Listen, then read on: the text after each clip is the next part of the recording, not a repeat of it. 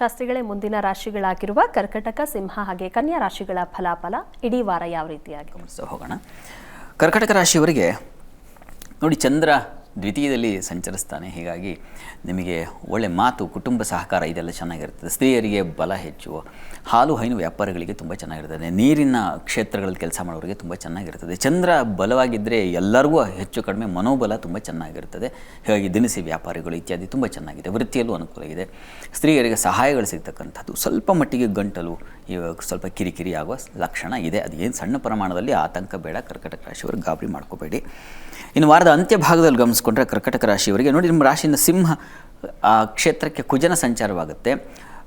ಕುಟುಂಬ ಸಹ ತುಂಬ ಚೆನ್ನಾಗಿದೆ. ಸ್ತ್ರೀಯರಿಗೆ ಇದು ಅಲ್ಲಿ ದ್ವಿತೀಯ ವಾರಾಂತ್ಯದಲ್ಲೂ ಕೂಡ ಆ ಕುಜ ಸ್ವಲ್ಪ ಒರಟು ಮಾತು ತರ್ತಾನೆ. ಕುಜ ಕೇತು ಒಟ್ಟಾಗಿಬಿಟ್ರೆ ಸ್ವಲ್ಪ ಮಾತು ವೃಕ್ಷ ಮಾತು ಅಂತ ಹಾಗಿರ್ತದೆ.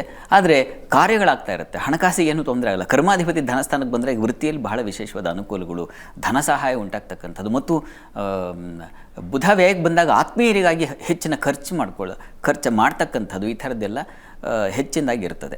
ಮತ್ತು ಕೆಲಸ ಕಾರ್ಯಗಳಲ್ಲೆಲ್ಲ ತುಂಬ ಚೆನ್ನಾಗೇ ಇದೆ. ಹೀಗಾಗಿ ವಾರದ ಅಂತ್ಯದಲ್ಲಿ ಆಪ್ತರಿಗಾಗಿ ಸ್ವಲ್ಪ ಹೆಚ್ಚಿನ ಖರ್ಚು ಹೇಳಿದ್ನಲ್ಲ, ಅದು ಬುಧ ತುಂಬ ಇಷ್ಟ ಮಿತ್ರರಿಗಾಗಿ ಆಪ್ತರಿಗಾಗಿ ಖರ್ಚಾಗ್ತಕ್ಕಂತಹ ಸಾಧ್ಯತೆ ಇವುಗಳನ್ನು ಸೂಚಿಸುತ್ತೆ. ವೃತ್ತಿಯಲ್ಲೆಲ್ಲ ತುಂಬ ಚೆನ್ನಾಗಿದೆ.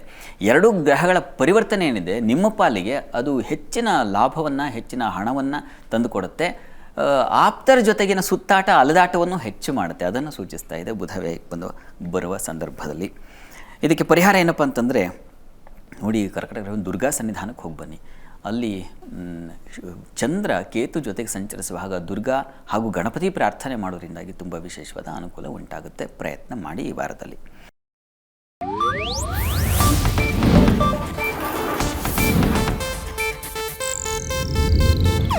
ಇದು ಏಷ್ಯಾನೆಟ್ ನ್ಯೂಸ್ ನೆಟ್ವರ್ಕ್ ಪ್ರಸ್ತುತಿ.